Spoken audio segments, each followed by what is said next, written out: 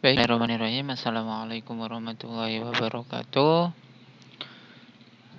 Saya Yusuf Afandi dari Fakultas Tarbiyah dan Ilmu Keguruan, Prodi Pendidikan Agama Islam, NPM 20010111112, hendak mempresentasikan mengenai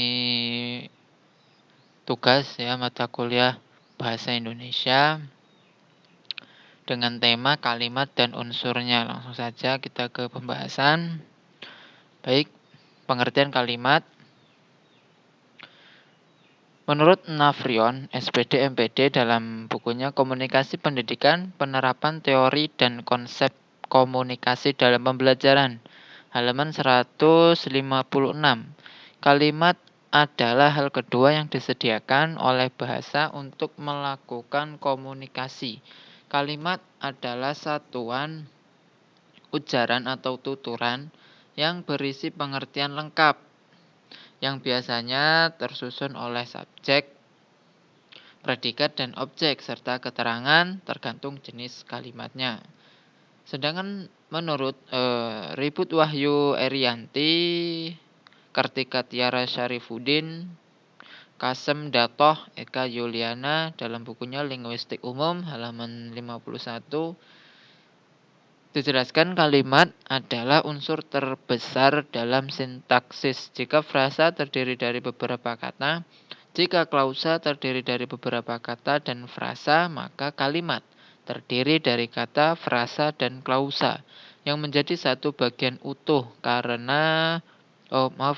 menjadi satu bagian utuh dan dapat dipahami maknanya. Kalimat dikatakan sebagai unsur terbesar karena terdiri dari semua bagian, yaitu subjek, predikat, objek, dan boleh ditambahkan dengan keterangan dan pelengkap.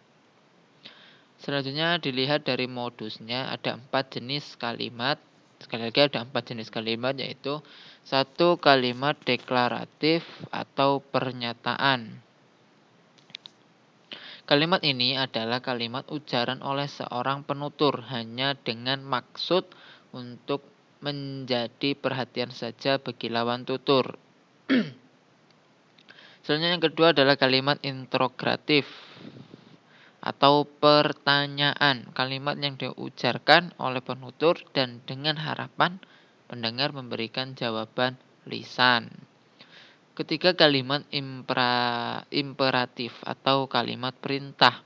Kalimat yang diujarkan oleh penutur dan dengan harapan agar pendengar atau lawan tutur memberikan reaksi dalam bentuk tindakan secara fisik. Selanjutnya adalah kalimat interjektif atau kalimat seruan. Kalimat yang dituturkan oleh seorang penutur dengan tujuan untuk menyatakan perasaan emosinya. Respon bisa diharapkan dan bisa juga tidak. Selanjutnya adalah unsur-unsur kalimat. Unsur-unsur kalimat yang pertama adalah subjek. Subjek atau pokok kalimat adalah unsur utama kalimat. Subjek menentukan kejelasan makna kalimat. Penetapan subjek yang tidak benar dalam kalimat dapat mengaburkan makna kalimat. Baik, ada keberadaan subjek pada kalimat berfungsi, ya. Ini fungsi-fungsi subjek dalam kalimat. 1. Membentuk kalimat dasar, kalimat luas, kalimat tunggal, dan kalimat majemuk. 2. Memperjelas makna. 3. Menjadi pokok pikiran. 4. Menegaskan atau memfokuskan makna. 5. Memperjelas pikiran ungkapan. Dan 6. Membentuk kesatuan pikiran. Selanjutnya ciri-ciri subjek ada 1, yaitu jawaban, apa, atau siapa. Didahului kata bahwa, nomor 2. Nomor 3, berupa kata atau frasa, benda, nomina. Selanjutnya disertai kata ini atau itu. Selanjutnya disertai pewatas, kata yang. Selanjutnya kata sifat didahului kata si atau sang. Contohnya si cantik, si kecil, atau sang perkasa. Oke, ciri-ciri selanjutnya adalah tidak didahului preposisi. Seperti kata di, kata dalam, kata pada, kata kepada, bagi, untuk, dari, menurut, berdasarkan, dan lain-lain. Yang terakhir, ciri-ciri subjek tidak dapat diingkarkan dengan kata tidak, tetapi dapat dengan kata bukan. Oke, contoh subjek berupa kata misalnya saya sudah mulai mengantuk. Contoh subjeknya adalah saya. Ya, berupa frasa, contoh berupa frasa. Bisa dilihat ya kata contohnya. Air sungai kecil itu terus-menerus menggericik. Kata subjeknya atau subjeknya adalah air sungai kecil itu terus-menerus menggericik. Baik, selanjutnya unsur-unsur kalimat yang kedua adalah predikat. Predikat, seperti halnya dengan subjek, predikat kalimat kebanyakan muncul secara eksplisit. Keberadaan predikat dalam kalimat berfungsi. Fungsi predikat dalam kalimat: 1. Membentuk kalimat dasar, kalimat tunggal, kalimat luas, dan kalimat majemuk. 2. Menjadi unsur penjelas, yaitu memperjelas pikiran dan gagasan yang diungkapkan dan menentukan kejelasan makna kalimat. 3. Menegaskan makna. 4. Membentuk kesatuan pikiran. 5. Sebagai sebutan. Ciri-ciri predikat. Yang pertama, jawaban mengapa, bagaimana. Jawaban dari predikat itu mengapa, bagaimana. Biasanya kalau soal, jawabannya predikat, atau soal mengapa, bagaimana, itu jawabannya adalah pasti predikat, kalimat predikat. 2. Dapat diingkarkan dengan tidak, atau dengan kata tidak atau kata bukan. 3. Dapat didahului keterangan aspek, seperti akan, sudah, sedang, selalu, dan hampir. 4. Dapat didahului keterangan modalitas, seperti kata sebaiknya, seharusnya, seyogyanya, mesti, selayaknya, dan lain-lain. 5. Tidak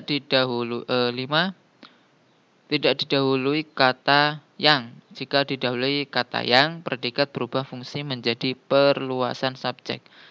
6. Didahului kata adalah, ialah, yaitu, yakni. Terakhir, predikat dapat berupa kata benda, kata kerja, kata sifat, atau kata bilangan. Contoh predikat dapat dilihat di sini berupa kata. Misalnya, pengusaha sukses itu menemukan peluang bisnisnya. Ya, yang kata miring itu, garis miring itu predikat. Contoh berupa frasa misalnya pengusaha itu sudah mendapatkan peluang pengembangan bisnisnya. Oke, baik, selanjutnya unsur-unsur kalimat. Yang ketiga adalah objek. Ini mohon maaf ya, ini salah ketik, objek. Dan predikat cenderung muncul secara eksplisit dalam kalimat. Namun objek tidaklah demikian halnya.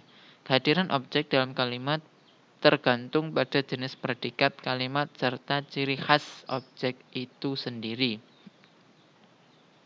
Predikat kalimat yang berstatus transitif mempunyai objek. Biasanya predikat ini berupa kata kerja berkonfiks me, kan, ya, atau me-i. Misalnya mengambilkan, mengumpulkan. Yang contoh me-i-nya misalnya mengambili, melempari, mendekati.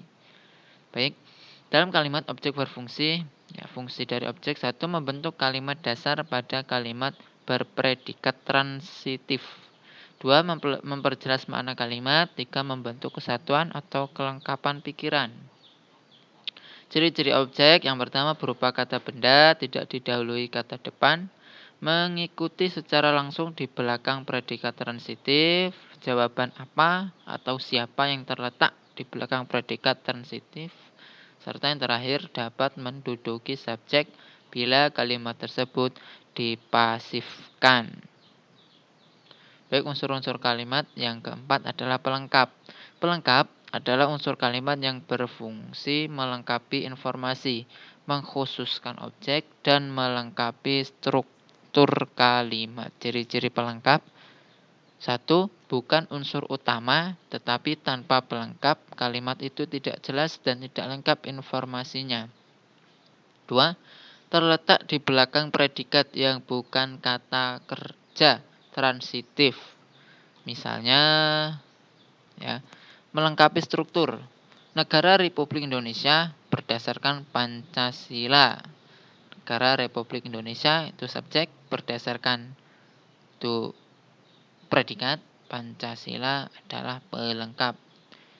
Oke, ciri-ciri yang kedua tadi kan terletak di belakang predikat yang bukan kata kerja transitif. Sini bisa kita lihat. Berdasarkan itu predikat. Ya. Ini. Atau ia menjadi rektor. Ia ini sebagai subjek menjadi predikat, rektor ini pelengkap. Contohnya selanjutnya tuh atau ciri-ciri yang ketiga mengkhususkan makna objek. Misalnya ibu membawakan saya oleh-oleh. Ibu sebagai subjek, membawakan sebagai predikat, saya sebagai objek, sedangkan oleh-oleh sebagai pelengkap. Ya kalau umpama ibu membawakan saya, itu kan masih belum khusus ya maknanya, mengkhususkan makna ini. Kita lihat, mengkhususkan makna. Berarti kalau ibu membawakan saya, apa yang dibawa? Kan belum jelas. Maka diberikan keterangan oleh-oleh atau pelengkap, maksud saya pelengkap oleh-oleh. Baik, unsur-unsur kalimat selanjutnya yaitu keterangan. Keterangan kalimat berfungsi menjelaskan atau melengkapi pesan-pesan kalimat.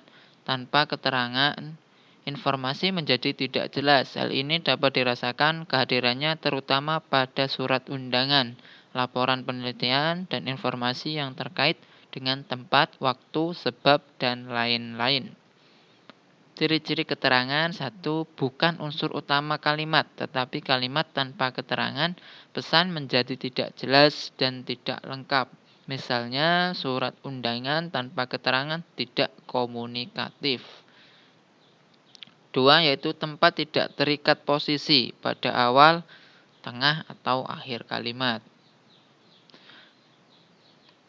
3. Dapat berupa keterangan waktu, tujuan, tempat, sebab akibat, syarat, cara posesif atau posesif ditandai dengan kata meskipun, walaupun, atau biarpun, dan pengganti nomina menggunakan kata bahwa. 4. Dapat berupa keterangan tambahan. Dapat berupa aposisi, misalnya keterangan tambahan subjek tidak menggantikan subjek. Sedangkan aposisi dapat menggantikan subjek. Contoh, Megawati yang menjabat ini maksud saya yang menjabat Presiden RI 2001 sampai 2004 adalah putra Bung Karno. Ini keterangan tambahan tanpa aposisi. Selanjutnya contoh yang memakai aposisi yaitu Megawati Presiden RI 2001 sampai 2004 adalah putra Bung Karno. Baik. Selanjutnya unsur-unsur kalimat yang keenam adalah konjungsi. Konjungsi adalah bagian kalimat yang berfungsi menghubungkan atau merangkai unsur-unsur kalimat dalam sebuah kalimat, yaitu subjek, predikat, objek, pelengkap, dan keterangan sebuah kalimat dengan kalimat lain dan atau dengan sebuah paragraf dengan paragraf yang lain. Konjungsi dibagi menjadi dua, yaitu perangkai intrakalimat dan perangkai antarkalimat. Perangkai intrakalimat berfungsi menghubungkan unsur atau bagian kalimat dengan unsur atau bagian kalimat yang lain di dalam sebuah kalimat. Hanya di dalam sebuah kalimat. Adapun perangkai antarkalimat berfungsi menghubungkan kalimat atau paragraf yang satu dengan kalimat atau paragraf yang lainnya. Bagian perangkai antar kalimat ini sering disebut dengan istilah kata transisi. Kata-kata transisi ini sangat membantu dalam menghubungkan gagasan sebelum dan sesudahnya, baik antara kalimat maupun antar paragraf. Contoh penggunaan konjungsi. Yang pertama, Presiden beserta rombongan segera meninjau lokasi bencana alam. Di sini konjungsinya adalah beserta, atau di situ kan bagian yang berfungsi menghubungkan. Jadi Presiden beserta rombongan. Contohnya adalah beserta. Contoh kalimat konjungsinya beserta. Contoh kedua, di samping harus berhati-hati menghadapi orang tua, kamu juga harus waspada terhadap serangan anak buahnya. Nah, nih kalimat konjungsinya atau kata konjungsinya di samping dan juga satu ini juga kata juga. Contoh ketiga, semua soal ujian dapat dikerjakan dengan baik. Dengan demikian harapan lulus semakin besar. Ya, bagiku. Saya ulangi, semua soal ujian dapat dikerjakan dengan baik. Dengan demikian harapan lulus semakin besar bagiku. Kata konjungsinya ada pada dengan demikian. Contoh keempat, saya memanggil dokter, sedangkan ibu menjaga adik di rumah. Contoh kata konjungsinya adalah sedangkan. Terakhir, andaikan pemerintah belum membangun tanggul sungai ini, tentu kita sudah kebanjiran. Kata yang dicetak miring adalah konjungsi. Ya, andaikan pakai konjungsi. Baik, unsur-unsur kalimat yang terakhir adalah modalitas. Modalitas dalam sebuah kalimat sering disebut dengan keterangan predikat. Modalitas dapat mengubah keseluruhan makna sebuah kalimat. Dengan modalitas tentu makna kalimat dapat berubah menjadi sebuah pernyataan yang tegas, ragu, lembut, pasti, dan sebagainya. Contoh penggunaan modalitas. Contohnya, adik saya kemungkinan besar seorang politikus. Kata yang bercetak miring adalah modalitas. Pekerjaan itu memang tidak kusukai. Kata modalitas pekerjaan ya. Dia sebetulnya seorang artis. Nih, kata sebetulnya adalah modalitas. Rupanya mereka tidak setuju dengan peraturannya. Contoh selanjutnya, jangan-jangan mereka dianggap penjajah karena tingkah laku mereka yang seringkali aneh bagi masyarakat sekitar. Di sini jangan-jangan ya sebagai modalitas. Anda sebaiknya menerima pekerjaan itu. Kata sebaiknya sebagai modalitas. Fungsi modalitas adalah mengubah nada dari nada tegas menjadi ragu-ragu atau sebaliknya. Dari nada keras menjadi lembut atau sebaliknya. Ungkapan yang dapat digunakan antara lain barangkali, tentu, mungkin, sering ya. Mungkin sering, sesungguhnya. Contohnya, ia sungguh beruntung mendapat pekerjaan itu. Atau ia sering menyatakan rasa syukurnya atas karunia itu. Ya. Fungsi yang kedua, menyatakan sikap. Jika ingin mengungkapkan kalimat dengan nada kepastian, dapat digunakan ungkapan seperti ini: pasti, pernah, tentu, sering, jangan, kerap kali. Contoh, saya pasti datang ke rumahmu, atau mereka belum tentu menghadiri seminar itu. Baik, cukup sekian video presentasi dari saya. Bila ada kekurangan, kesalahan, saya mohon maaf yang sebesar-besarnya. Saya akhiri, wabillahi taufiq wal hidayah. Wassalamualaikum warahmatullahi wabarakatuh.